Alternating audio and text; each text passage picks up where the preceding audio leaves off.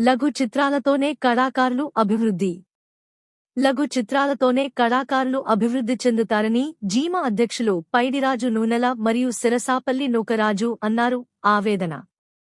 ఒక తండ్రి కథ అనే లఘు చిత్ర పోస్టర్ రిలీజ్ కార్యక్రమం ఆర్ఆర్ సినీ మీడియా స్టూడియోలో డైరెక్టర్ రాజారెడ్డి ఆధ్వర్యంలో ప్రొడక్షన్ మేనేజర్ రెడ్డి స్వామి సహకారంతో జరిగింది.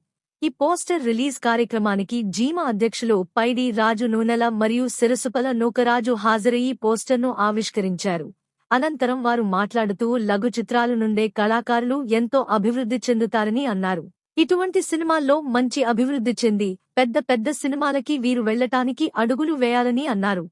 ఈ చిత్రానికి కథ, డైలాగ్స్ రాజశేఖర్ బైరి, ప్రొడ్యూసర్ ఎస్ఎస్.ఏ. రాజు.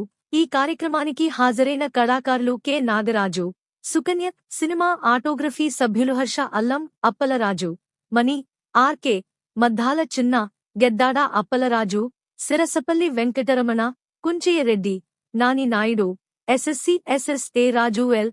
వరలక్ష్మి, అల్లు జోగిన్, తేజ తదితరులు పాల్గొన్నారు. ఫోటో రైట్ అప్ పోస్టర్ను ఆవిష్కరిస్తున్న కళా సంఘాల అధినేతలు